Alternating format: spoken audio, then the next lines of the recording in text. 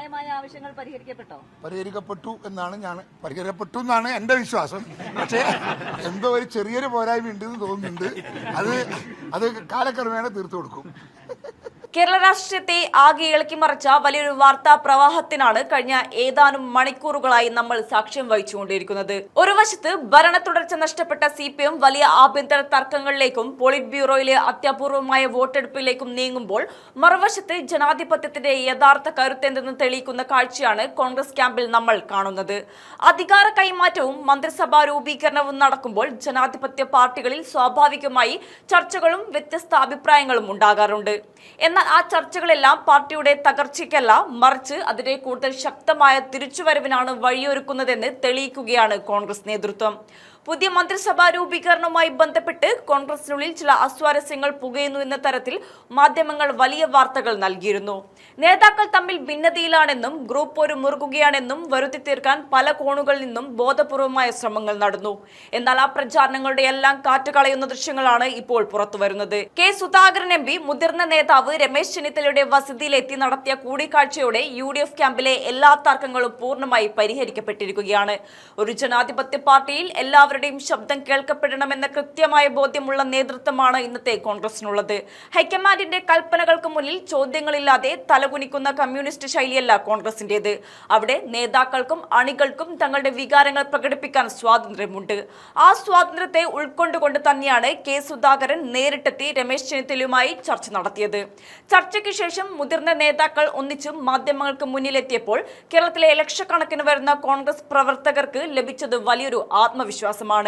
എല്ലാം ശുഭമായി അവസാനിച്ചു എന്ന് നേതാക്കൾ പ്രഖ്യാപിക്കുമ്പോൾ അത് കേവലം ഒരു രാഷ്ട്രീയ ഒത്തുതീർപ്പല്ല, മറിച്ച് പാർട്ടിയെ ഒറ്റക്കെട്ടായി മുന്നോട്ട് നയിക്കുമെന്ന കൃത്യമായ ഉറപ്പാണ്.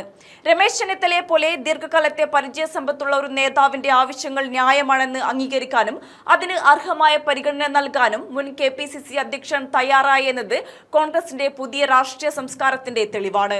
വർഷങ്ങളായുള്ള ആത്മബന്ധമാണ് സുധാകരനും ചെന്നിത്തലയും തമ്മിലുള്ളത്. KPCC പ്രസിഡന്റായ സുധാകരൻ ഒപ്പം നിന്ന കാലം മുതൽക്കുള്ള ആ വലിയ സൗഹൃദം പാർട്ടിയുടെ പ്രതിസന്ധി ഘട്ടത്തിൽ തുണയാകുകയായിരുന്നു.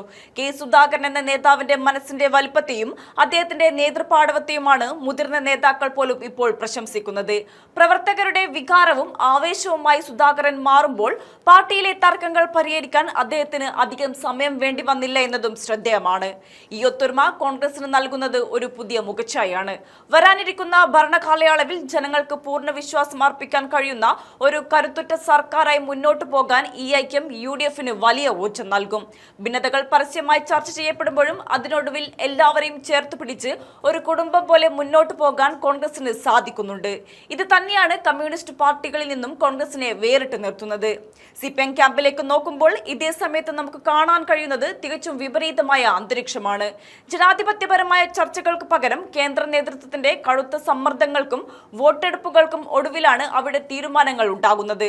സംസ്ഥാന കമ്മിറ്റിയുടെ ആശങ്കകളെയും പാർട്ടിയിലെ ഒരു വിഭാഗത്തിന്റെ തിരുത്തൽ വാദങ്ങളെയും പൂർണ്ണമായി തള്ളിക്കൊണ്ടാണ് പിണറായി വിജയനെ പ്രതിപക്ഷ നേതാവായി നിശ്ചയിച്ചിരിക്കുന്നത്. പാർട്ടിക്കുള്ളിലെ ജനാധിപത്യം അവിടെ പൂർണ്ണമായും ചോദ്യം ചെയ്യപ്പെടുകയാണ്. ചരിത്രത്തിൽ ഇന്നേ വരെ കേട്ടുകേൾവിയില്ലാത്ത തരത്തിലുള്ള നാടകീയമായ വോട്ടെടുപ്പിലൂടെയാണ് പിണറായി വിജയനെ പ്രതിപക്ഷ നേതാവായി നിശ്ചയിച്ചിരിക്കുന്നത്. പാർട്ടിക്കുള്ളിലെ ജനാധിപത്യം എത്രത്തോളം തകർന്നു പോയിരിക്കുന്നു എന്നതിന്റെ ഏറ്റവും വലിയ തെളിവാണ് പോളിറ്റ് ബ്യൂറോയിൽ അരങ്ങേറിയ ഈ നാടകീയ സംഭവങ്ങൾ. CPM സംസ്ഥാന കമ്മിറ്റിക്കുള്ളിൽ പിണറായി വിജയൻ പ്രതിപക്ഷ നേതാവാകുന്നതിനെതിരെ കടുത്ത ആശങ്കകളും ഭിന്നസ്വരങ്ങളുമാണ് ഉയർന്നുവരുന്നത്. ഭരണ തുടർച്ച നഷ്ടപ്പെടാൻ ഇടയാക്കിയ പരാജയത്തിന്റെ ഉത്തരവാദിത്തം ഏറ്റെടുത്ത് പിണറായി വിജയൻ മാറി നിൽക്കണമെന്നും സഭയിൽ പാർട്ടിയെ നയിക്കാൻ പുതിയൊരു മുഖം വരണമെന്നുമായിരുന്നു സംസ്ഥാന കമ്മിറ്റിയിലെ വലിയൊരു വിഭാഗത്തിന്റെ ശക്തമായ നിലപാട്. എന്നാൽ താഴെത്തട്ടിൽ നിന്നുള്ള ഈ തിരുത്തൽവാദങ്ങളെയും ആശങ്കകളെയും പൂർണ്ണമായി തള്ളിക്കളയുന്ന സമീപനമാണ് കേന്ദ്ര നേതൃത്വത്തിന്റെ ഭാഗത്തു നിന്നുണ്ടായത്. സംസ്ഥാന കമ്മിറ്റിയുടെ കടുത്ത എതിർപ്പിനെ മറികടക്കാൻ ഒടുവിൽ പോളിറ്റ് ബ്യൂറോയിൽ വോട്ടെടുപ്പ് തന്നെ നടത്തേണ്ടി വന്നു എന്നത് പാർട്ടിക്കുള്ളിലെ ആഭ്യന്തര ജനാധിപത്യത്തിനേൽക്കുന്ന വലിയൊരു പ്രഹരം തന്നെയാണ്. കെ സുധാകരനെ കാണുന്ന എപ്പോഴും സന്തോഷമാണ്. കെ സുധാകരനുമായിട്ടുള്ള ഏത് ചർച്ചയും സംഭാഷണവും സംതൃപ്തികരം തന്നെയാണ്. ഞാനും അദ്ദേഹവും വളരെ വർഷങ്ങളുടെ ബന്ധമാണല്ലോ. ഞാൻ KPCC പ്രസിഡന്റായി 10 വർഷം ഇരുന്നപ്പോൾ എന്നോടൊപ്പം ജനറൽ സെക്രട്ടറി ആയിരുന്നു. അത്ര മനസ്സിന് വലിയ വലിപ്പമുള്ള ആളാണ് കെ സുധാകരൻ. കോൺഗ്രസിലെ കേരളത്തിലെ പാർട്ടി പ്രവർത്തകരുടെ വികാരമാണ് എപ്പോഴും. അത് പ്രവർത്തകർക്ക് ഒരു ആവേശമാണ്. തീർച്ചയായും സുധാകരൻ ഇവിടെ വന്നതിൽ വലിയ സന്തോഷം രേഖപ്പെടുന്നു. ആ മനസ്സും ആ വികാരവും ഇന്നും എന്നും അദ്ദേഹത്തോടൊപ്പം കൂടെ ഉണ്ടാകുമെന്ന് നിങ്ങളെ അറിയിക്കുന്നു.